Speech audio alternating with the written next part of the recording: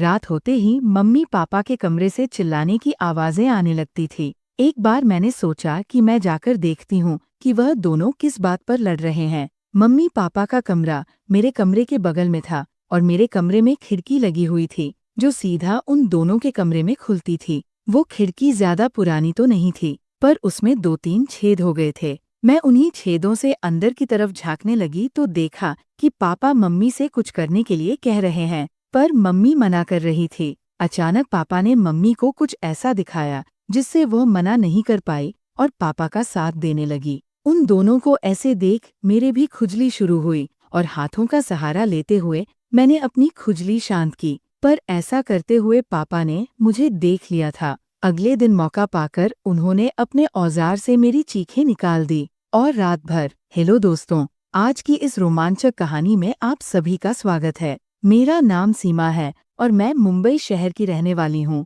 मुंबई में हमारा एक आलीशान घर बना हुआ है जहाँ मैं अपने मम्मी पापा और दादी दादाजी के साथ रहती हूँ। मैं अपने माँ बाप की इकलौती औलाद हूँ, इसलिए मुझे बहुत नाजों से पाला गया है। मेरे मम्मी पापा ने बचपन से ही मेरी हर जायज़ और नाजायज़ मांग को पूरा किया है, इसीलिए आप मुझे उनकी बिगड़ी हुई औलाद बोल सकते हैं। मेरी उम्र 16 साल की है, लेकिन मेरा शरीर देखकर कोई यकीन नहीं करेगा कि मैं इतनी कम उम्र की कमसिन लड़की हूँ, क्योंकि मेरा बदन बिल्कुल एक 25 साल की लड़की की तरह हो चुका है और इसकी वजह मैं खुद ही हूँ। मुझे लेट नाइट पार्टी करने की आदत थी और यही वजह है कि 15 साल की उम्र से ही मुझे वो सब आनंद लेने की आदत पड़ गई थी। जैसा कि मैंने आपको पहले ही बताया था कि मेरा घर बहुत आलीशान है, जिसमें 5-6 कमरे हैं। एक कमरे में मेरे मम्मी पापा रहते हैं, दूसरे कमरे में मेरे दादा और दादी जी रहते हैं, जिनकी उम्र अब बहुत ज्यादा हो गई है,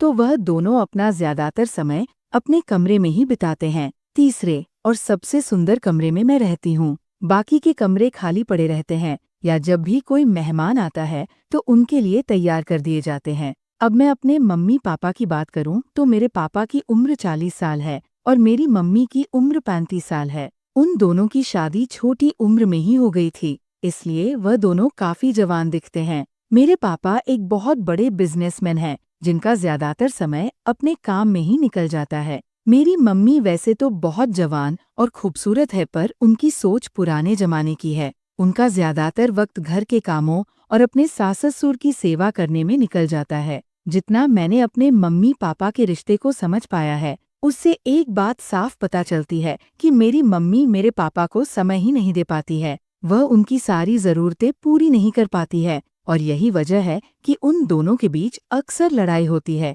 एक रात की बात है कि हम सब खाना खाकर सोने के लिए अपने अपने रूम में चले गए थे कि तभी अचानक से मुझे मेरे मम्मी पापा के कमरे से लड़ाई की आवाजें आने लगी। उनका कमरा मेरे कमरे के पास ही था, इसलिए मुझे साफ साफ सुनाई दे रहा था और ये लड़ाई बढ़ती ही जा रही थी। दोस्तों, ऐसा नहीं था कि आज वो पहली बार लड़ाई कर रहे थे, लेकिन मैं फिर भी जानना चाहती थी कि आज किस बात के लिए लड़ाई हो रही है। पहले तो मैंने सोचा कि मैं सीधा मम्मी पापा से जाकर पूछूं, लेकिन फिर बाद में मुझे लगा कि वह दोनों मेरे सामने शर्मिंदा हो जाएंगे, इसीलिए मैंने पूछना उचित नहीं समझा। लेकिन फिर भी मेरे मन में वजह जानने की इच्छा तेज होती गई और जब मुझसे नहीं रहा गया तो मैंने उठकर देखने की कोशिश की। मेरे रूम में एक खिड़की थी जो मम्मी पापा के कमरे में ही खुलती थी। वो खिड़की ज्यादा पुरानी तो नहीं थी, लेकिन फिर भी उसमें 2-3 जगह छेद हो गए थे। अब मैं उसी छेद से उनके कमरे में देखने की कोशिश कर रही थी।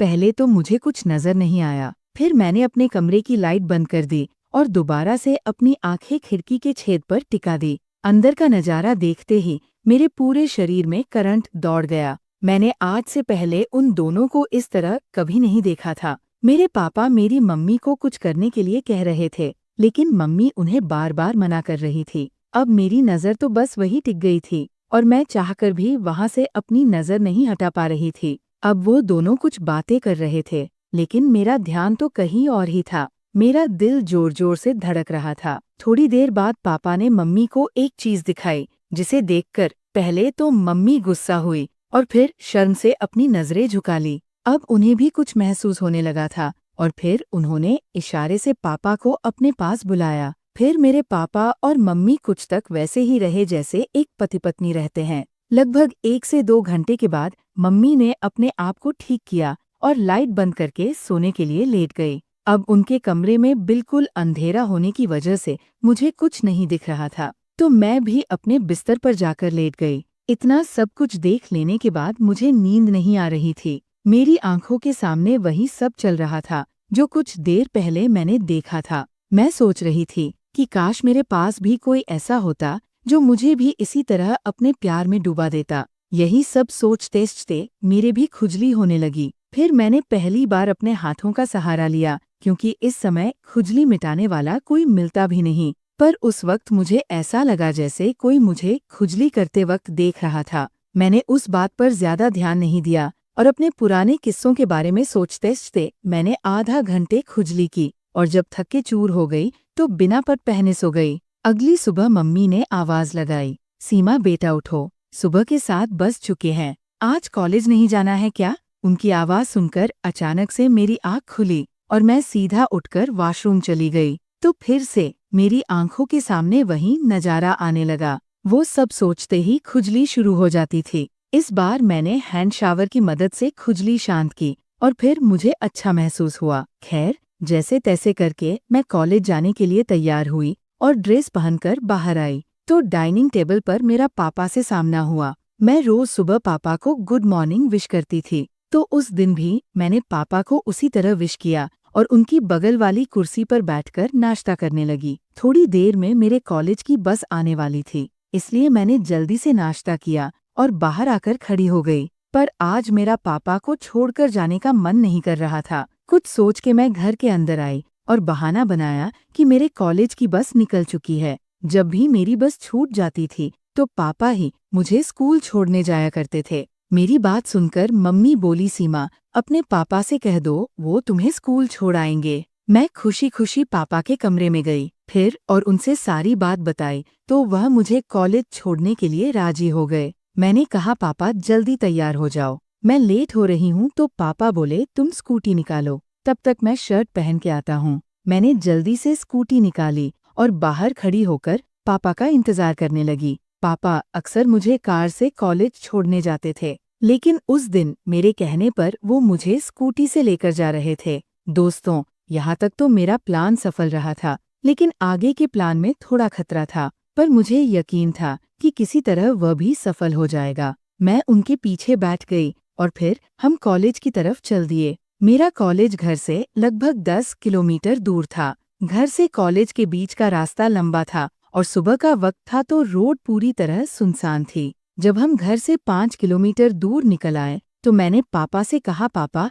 अब स्कूटी मैं चलाऊंगी, रोड भी सुनसान है तो एक्सीडेंट का खतरा भी नहीं है। तो पापा ने परेशान होकर कहा, हाँ ठीक है, लेकिन हैंडल मैं ही पकड़ूंगा। अब मुझे मेरा प्लान कामयाब होता दिख रहा था। मैं उनकी बात मान गई। पापा ने स्कूटी सड़क के किनारे रोकी और मुझे अपने सामने बिठा लिया। फिर उन्होंने अपने दोनों हाथ मेरी बगल से आगे बढ़ाकर हैंडल पकड़े और स्कूटी धीरे धीरे चलाने लगे। पर मेरा मन अब स्कूटी संभालने में नहीं था। मेरी नजरें और ख्याल कहीं और भटक रहे थे। मेरा तो मकसद ही कुछ और था। ऐसे ही मस्ती के मूड में मैं कॉलेज पहुंच गई। कॉलेज गेट पर उतरते ही मैंने फिर पापा को गुड बाय कहा, एक और विश दी। मेरी इन नई नई हरकतों ने पापा को थोड़ा हैरान कर दिया था। आखिर आज तक तो मैंने ऐसा कुछ किया ही नहीं था। मुझे छोड़कर पापा घर लौट गए। कॉलेज की हरकतों के बीच भी मेरा दिमाग सिर्फ पापा और सुबह की उस स्कूटी राइड में ही फंसा रहा। एक अजीब सी इच्छा मन में उठी,